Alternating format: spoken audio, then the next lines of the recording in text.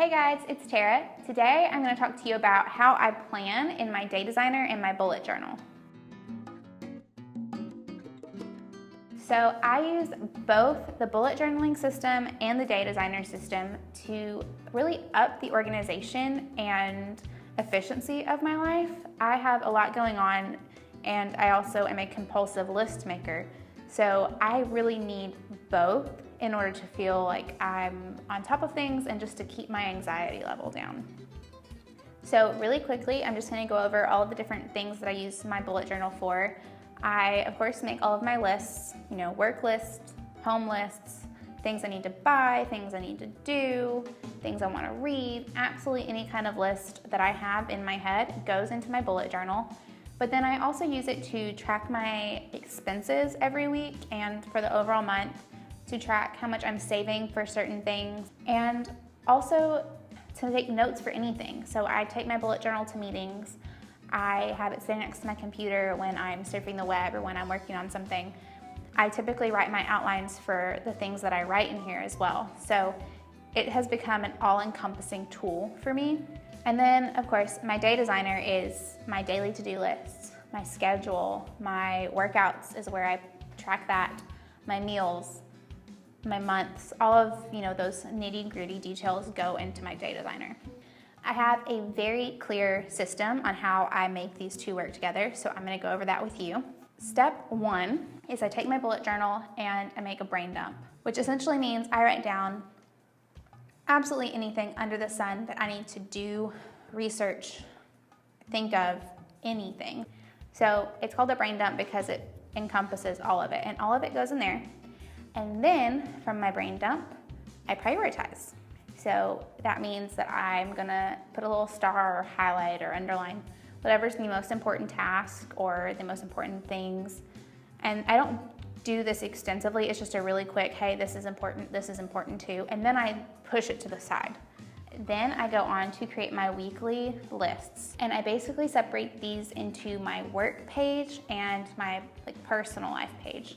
On my work page, I basically just list absolutely everything that I need to do at work that week, and I like to organize it by topic or task type, so everything I have to go write is in one section, everything I need to film is in a section, things I need to outline, emails. It goes by that just so that it's organized.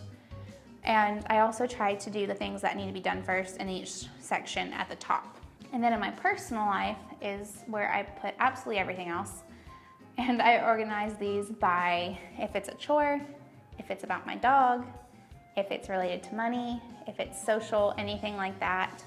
And these really just serve to make sure that I am getting everything done the week that needs to get done.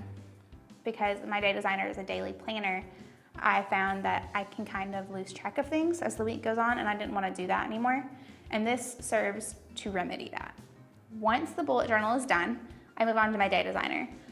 Now, I have a very specific process with my day designer. First, I go through my schedule for the whole week and I fill that in. And I'm a color coder, so I always use my orange pen. And I go over my work calendar, my personal calendar, my blog calendar, and anything else that has a specific date that I just want to remember, like movie releases. And I fill all of that in. So my schedule is always first. And once my schedule is done, I pick up my handy dandy blue pen and I fill in all of my workout information.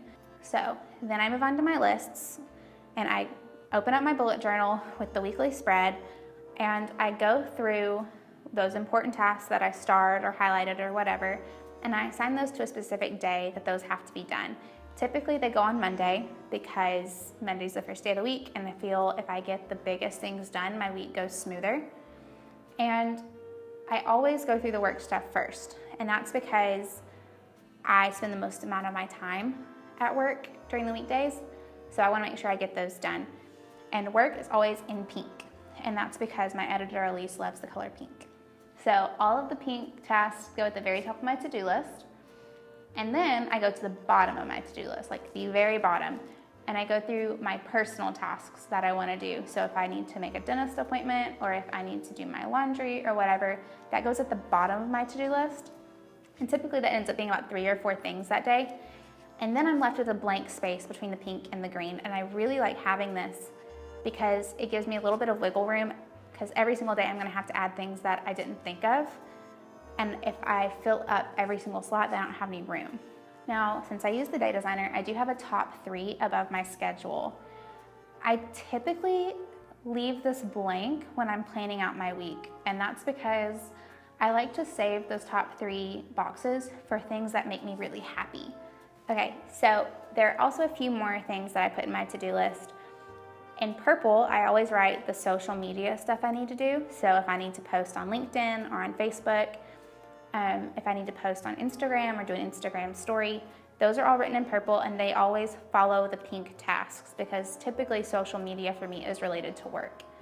And then I have a red pen, and red is always for my blog because I want it to stand out. So whatever I need to do for my blog that day, if it's writing or shooting or scheduling or thinking, it goes in red because I really want it to stand out.